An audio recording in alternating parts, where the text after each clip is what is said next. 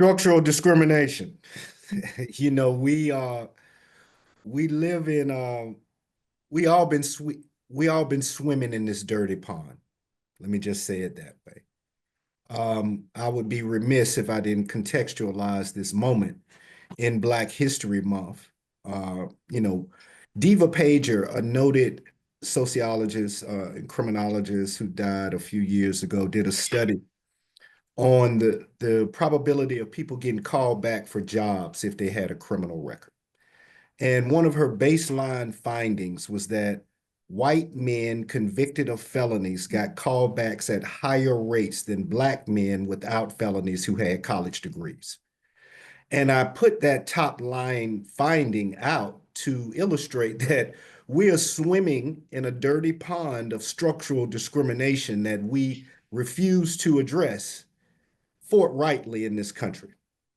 Black folks landed on the shores of this country in 1619, were emancipated in 1865, 246 years. 1865 to 2025 is 160 years. The math ain't mathing. Black people have been enslaved in this country longer than they've been free. In fact, it won't be until 2112 that Black people would have been free longer than this country than enslaved.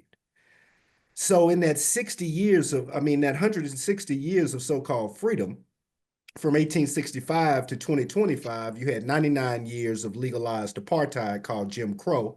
Add that to the 246 of chattel slavery. We got 345 years of state-sponsored oppression from the government. And I want to be generous and say, since the passage of the Civil Rights Act in 1964, we've had 61 years of opportunity. So as the young people would say, the math ain't mathing. Formerly incarcerated people come into that existing structure when they're trying to get employment, housing, and a litany of other benefits. So the solutions to these issues are really deep, long-standing commitment. And we try to, at Forward Justice, try to be a value-based employer. It isn't about a program.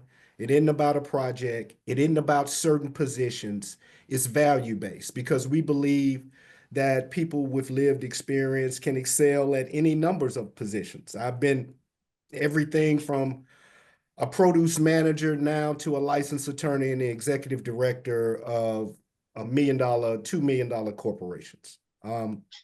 So the long-standing barriers that exist in this country, there's no single silver bullet. There's no one policy or program that's going to solve it. We have to have a deep, long-standing commitment to see ourselves in each other. To Beth's earlier point, we are better when we have a virtuous economy where everyone can participate, right? Where everyone can have an opportunity to be a contributor.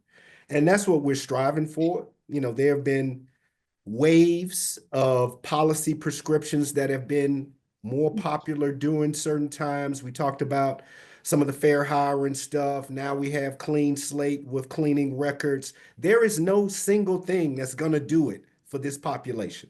We have to have a sustained commitment to address this particular problem, to remedy the state-sponsored harm that we've caused a majority group of these folks.